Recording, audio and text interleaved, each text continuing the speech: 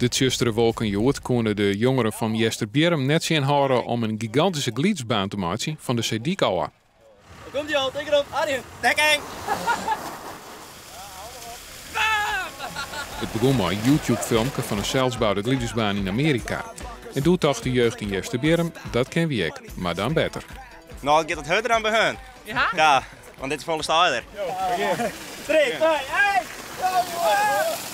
Het is al voor de tweede keer dat ze dit doen. De vorige keer kwamen er zo'n 150 man op aan. Rick Zwettersteert wie ik was net zo enthousiast.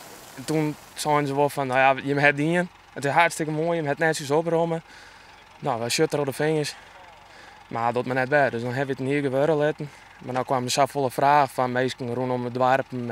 Iedereen begon weer roepen van, wanneer zal het geven? Nou, zo, nou, dat maar weer.